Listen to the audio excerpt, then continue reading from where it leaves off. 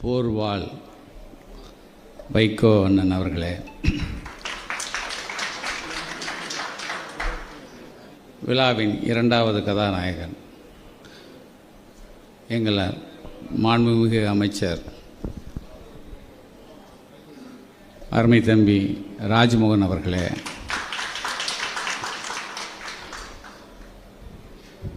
கவிஞர் புரட்சி கவிஞர் காசி ஆனந்தன் அவர்களே, அவர் உள்ளிட்ட மேடையில் அமர்ந்திருக்கும் பெரியவர்களே, முன்னால் அமர்ந்திருக்கும் சங்கொலிகளே, பத்திரிகையாளர்களே, நண்பர்களே, உங்கள் அனைவரையும் வணங்குகிறேன். என்னை அரெஸ்ட் பண்ணி போனதை அண்ணன் ஏதோ ஊர்லேருந்து இறங்குறாரு, இறங்கினோடனே வாட்ஸ்அப்பில் வருது, வந்தவுடனே நேர எங்கே கொண்டு போட்டிருக்காங்கன்னு தெரிஞ்சு அவர் நம்மளை விட புலனாய்வாக இருக்கார்.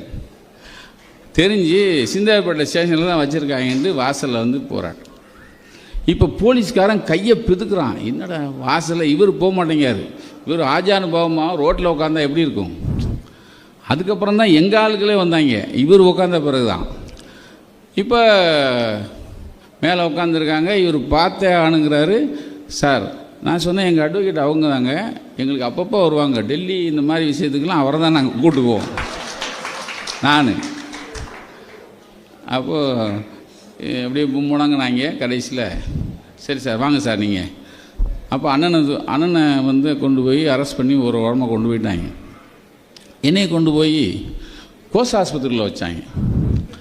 கோஸ் ஆஸ்பத்திரியில் போனால் அங்கே வந்து அண்ணன் ஸ்டாலினும் அவரோட சேர்ந்து ஒரு 10 முன்னாள் அமைச்சர்கள்லாம் வந்துட்டாங்க. அங்கேருந்து இன்னும் மறுபடியும் வந்துட்டு போகிறான்ட்டு அதை தூக்கி கொண்டு எங்கள் அள்ளிநகரத்தில் இருக்கிற கோர்ட்டில் கொண்டு போனாங்க. அப்போ தான் என்ராம, திருமாவளவன், முத்தரசன் எல்லோரும் வந்தாங்க. அதுக்கப்புறம் ஒரு 2 மணி நேரத்தில் 3 மணி நேரத்தில் என்னை விட்டாங்க.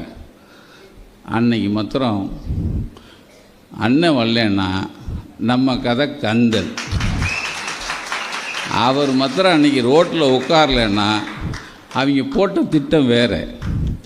ஆக அதாவது ஒரு பத்திரிக்கையாரனை அரெஸ்ட் பண்ணிட்டாங்க அப்படின்லாம் போகிற போக்கில் போகிற தலைவராக இல்லாமல், இல்லை நம்மளால் ஒருத்தனை அரெஸ்ட் பண்ணிட்டாங்க, அவனுக்கு ரோட்டில் உட்காந்து ஃபைட் பண்ணுங்கிற இந்தியாவிலே ஒரு தலைவர் இருக்காருன்னா அது எங்கள் அந்த நன்றிக்காக தான்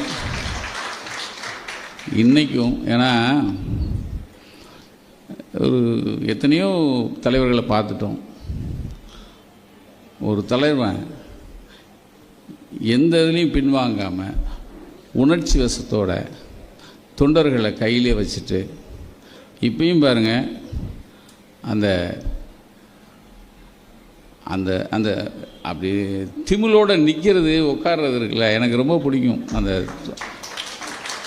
அந்த அதுக்கு தான் நம்ம அடிமையாக இருக்கோம். உண்மையிலே சங்கொலி அது பெரிய ஒளி, அது என்றும் முழங்க. நக்கீரனின் வாழ்த்துக்கள், வணக்கங்கள், நன்றி.